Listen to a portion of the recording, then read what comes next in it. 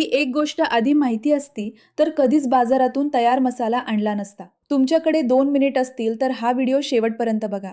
Save आणि share करा, कारण हा मसाला एकदा बनवलात तर पुन्हा बाजारातील मसाला आणायची गरजच पडणार नाही. चला तर मग सुरुवात करूया.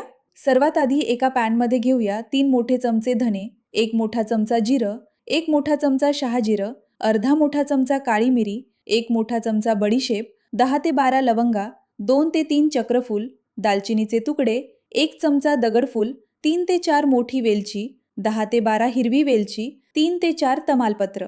आता हे मसाले छान भाजले जावेत आणि करपू नयेत म्हणून थोडंसं मीठ टाकूया. आता थोडेसे परतून 3 ते 4 जावित्रीची फुले आणि 1 मोठा चमचा कसुरी मेथी टाका. मसाले नेहमी मंद आचेवरच भाजा, त्यामुळे मसाल्यांमधील नैसर्गिक तेल, सुगंध आणि चव टिकून राहते. मसाले जास्त भाजले गेले तर संपूर्ण मसाल्याची चव कडू होईल. तुमच्या इच्छेनुसार तुम्ही रंग व चवीसाठी 5 ते 6 बेडगी मिरचीही वापरू शकता. आता मसाले छान भाजून झाल्यावर ते पूर्णपणे थंड होऊ द्या. आता हे थंड झालेले मसाले मिक्सरच्या भांड्यात काढून त्यामध्ये अर्धा जायफळाचा किस, 1 टीस्पून पुदिना पावडर आणि 1 टीस्पून हळद घालून अगदी बारीक पावडर होईपर्यंत वाटून घ्या. आता हा मसाला आपल्याला बारीक चाळणीने चारून घ्यायचा आहे. तोपर्यंत तुम्ही बिर्याणीसाठी घरचा मसाला वापरता की बाजारातला? कमेंटमध्ये नक्की सांगा. आता चाला न गेलेला मोठा मसाला पुन्हा मिक्सरमध्ये बारीक करा आणि पुन्हा चाळून घ्या. बघा, याचा सुगंधच सांगतो की बिर्याणी किती अप्रतिम लागणार आहे. आता यामध्ये 8 ते 10 हिरवी विलायची टाकून